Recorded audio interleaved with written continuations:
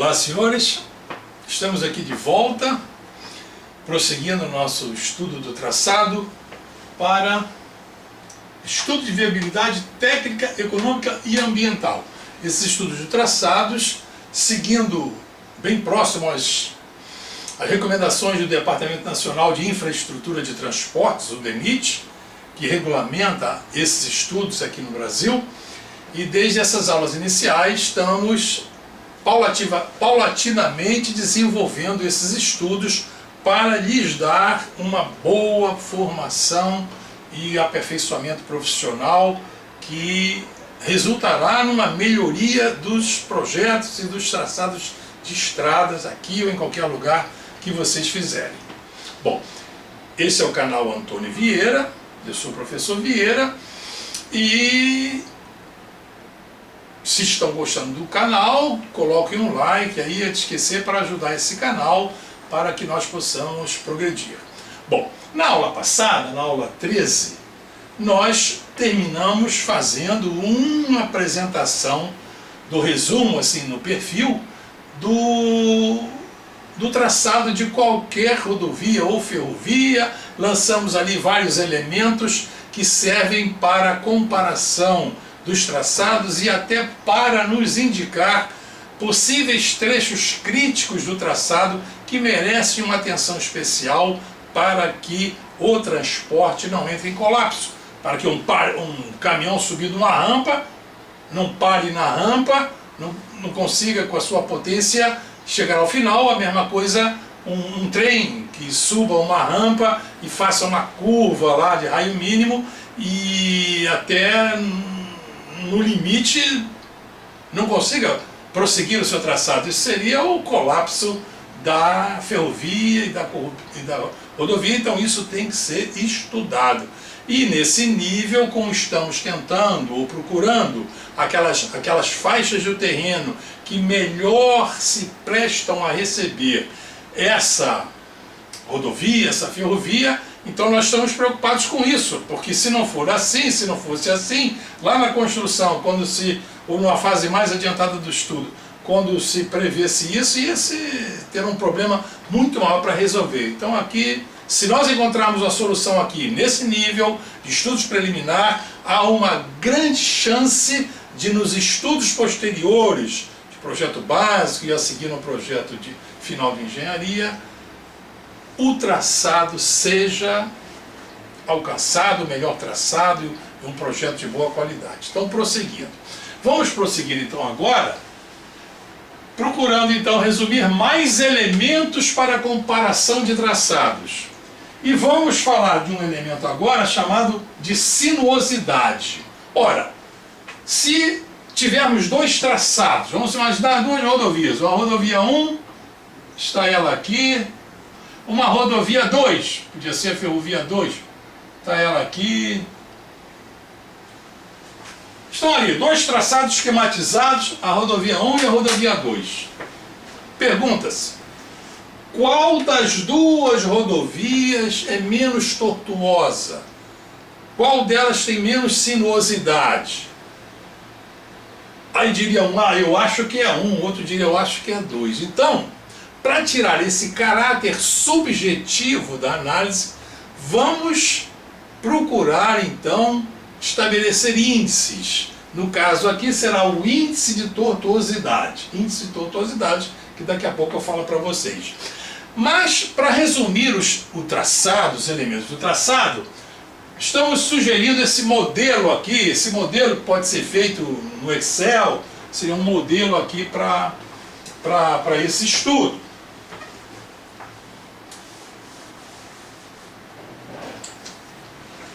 Nesse modelo, imaginando aqui um croquis do traçado em planta, que nós temos desde a estaca zero até os PIs com as curvas, todos traçados, um croquisinho aqui.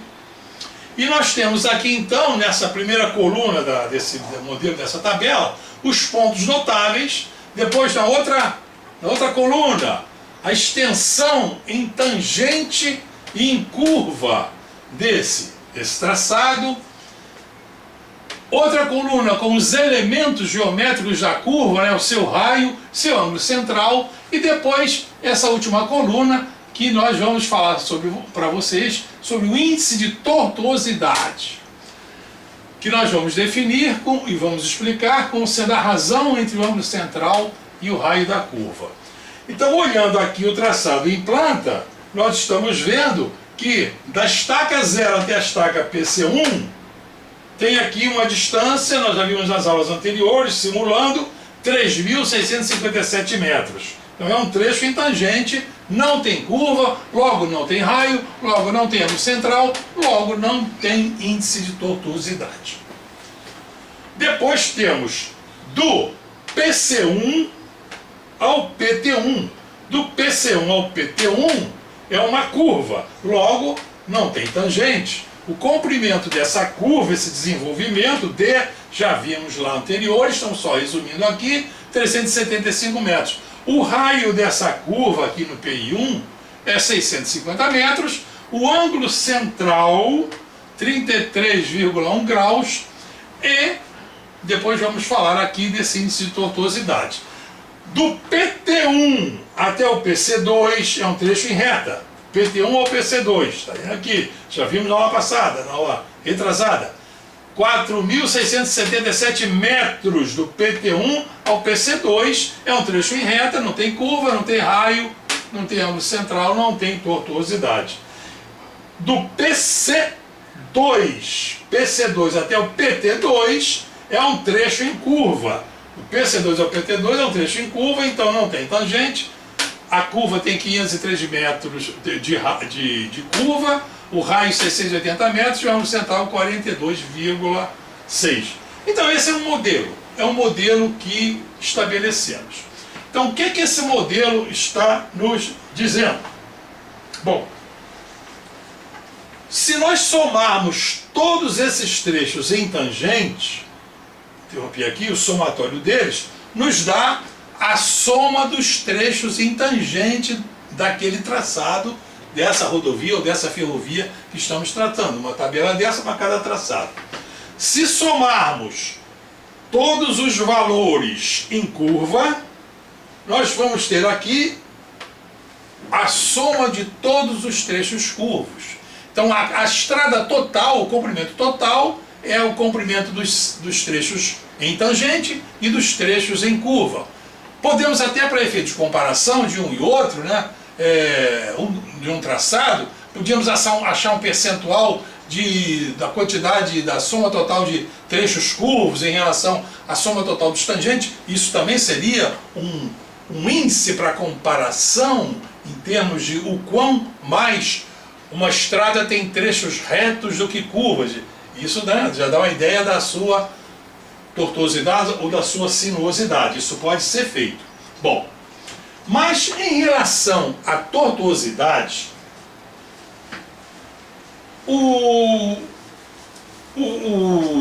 esse índice de tortuosidade ele vai nos dar a informação de o quanto um traçado é mais sinuoso do que outro, sem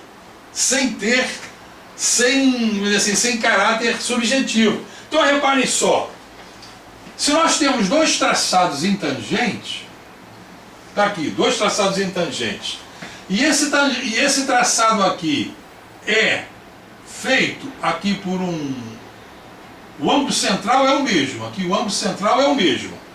Se fizermos a concordância por uma curva de raio R1, ou se fizermos a concordância dessas mesmas duas tangentes por uma curva com raio muito maior, um raio R2, em qual dessas situações há uma maior tortuosidade? Então o trem, ou o caminhão, ou o carro vem por essa tangente a uma certa velocidade, depois vai fazer essa curva, vai entrar nessa curva e tem que tomar um certo cuidado. Em relação ao ângulo central, nós estamos vendo que quanto menor o ângulo central, mais suave é aquela curva. Então esse índice de tortuosidade, ele é ela é mais ou menos curva do que o ângulo central, né? Se o ângulo central diminui, a tortuosidade diminui. Se o ângulo central aumenta, a tortuosidade aumenta. Então, o ângulo central e a tortuosidade são diretamente proporcionais. Então, numa razão, ela vai ocupar o numerador. E com respeito ao raio da curva, repare o seguinte: se aqui tiver um raio pequeno, quanto menor o raio daquela curva, maior é a dificuldade de fazer a curva, mais tortuosa ela é. Quanto maior o raio, uma curva com um raio muito grande, o motorista, o trem, o caminhão, poxa, ela faz aquela curva ali, não toma nem conhecimento da curva. Então nós estamos vendo que o raio da curva e em relação à tortuosidade são inversamente proporcionais. Então essa quantidade do raio teria que vir para o denominador. Quanto maior o raio, menor a tortuosidade. Quanto maior o ângulo central, maior a tortuosidade. Então dessa maneira nós criamos esse índice, chamado índice de tortuosidade, que ele então serve para tirar o caráter subjetivo da análise, para dizer qual dos traçados um é mais sinuoso ou mais tortuoso do que o outro. Então aqui fazemos para cada curva, em cada curva, nós colocamos então a razão entre o ângulo central e o raio dessa curva.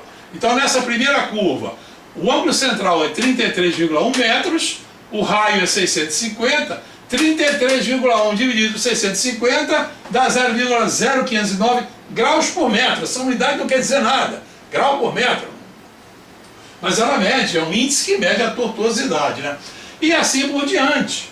De modo que num traçado, se nós fizermos a soma de toda dessa coluna, dessas razões, ângulo central pelo raio, a soma das tortuosidades, vai dar um valor. Então sim, quanto menor o valor desse índice de tortuosidade, menos sinuosa é a curva. Pronto, já não está mais aí o caráter subjetivo da análise, né? Já não está mais aí. E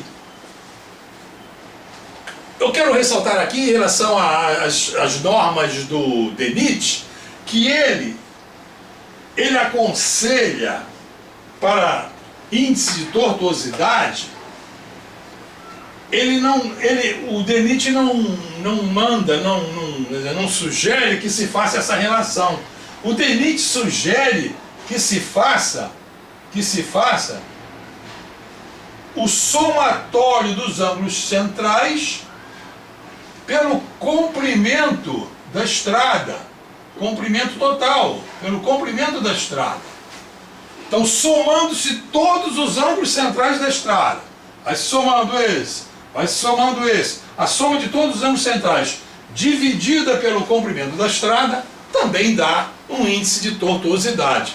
Entretanto, eu sempre usei e aconselhava os alunos a usarem esse índice, porque esse índice ele captura esse efeito do raio em cada curva. Somando simplesmente os ângulos centrais, ali em cada curva não fica bem evidenciado aquele efeito que o raio tem. Então eu prefiro esse daqui, né? Baixe. Se um traçado é menos tortuoso do que o outro, então esse traçado é melhor. Mas por que um traçado ficaria menos tortuoso do que o outro? Porque se procurou trechos mais retos do que curvos. Mas a que custo? Qual o preço que isso teve? Então é lógico que ao se procurar fugir da sinuosidade, vai se encarar morro pela frente, vai se fazer mais cortes, vai se ter mais túneis, e não se vai, né, procurar aquelas reentrâncias e saliências do terreno que tornariam o traçado mais barato. Então, essa questão da tortuosidade ela tem uma correlação com o custo da construção. Quanto custou uma estrada em relação a outra para que essa tortuosidade ficasse menor? Então todos esses elementos têm que serem jogados. Nós estamos levantando e depois vai se fazer esse joguinho de um com o outro, ver o peso de um índice em relação ao outro. Então na próxima aula, né, na aula 15, nós vamos então ver como é que vamos avaliar o custo da construção de cada uma dessas obras. Isso seguindo a orientação lá, umas ideias de custos unitários dados pelo DENIT, e vamos então nas nossas aulas fazer uma simulação para ver como é que se determinaria o custo de construção, que nós estamos vendo que tem a ver com essa seleção de alternativas, tá? Então, ficamos por aqui. Não esqueçam de divulgar o canal, que é importante, e se vocês têm alguma dúvida, querem que se esclareça alguma coisa a mais, coloquem nos comentários. Eu estou enfatizando ainda agora essa questão do estudo de estrada. Isso como eu já falei em outras aulas, isso é muito importante tanto para o engenheiro civil quanto para o engenheiro cartógrafo, que ele trabalha em grandes projetos, né, projetos em grandes extensões, e o engenheiro cartógrafo ele pode ajudar muito nesse trabalho. Eu ensinava lá os engenheiros cartógrafos da UERJ, também ministrava aula para eles lá, e é muito interessante. O engenheiro cartógrafo tem uma boa bagagem de topografia, fotointerpretação, sensoriamento remoto, ele tem uma familiaridade, à medida que ele avança na sua profissão, com o relevo do terreno. Nós chegamos a ver, né, eu sou engenheiro civil e também sou engenheiro cartógrafo, e trabalhei muito em cartografia, em topografia, em geodésia, em sensoriamento remoto.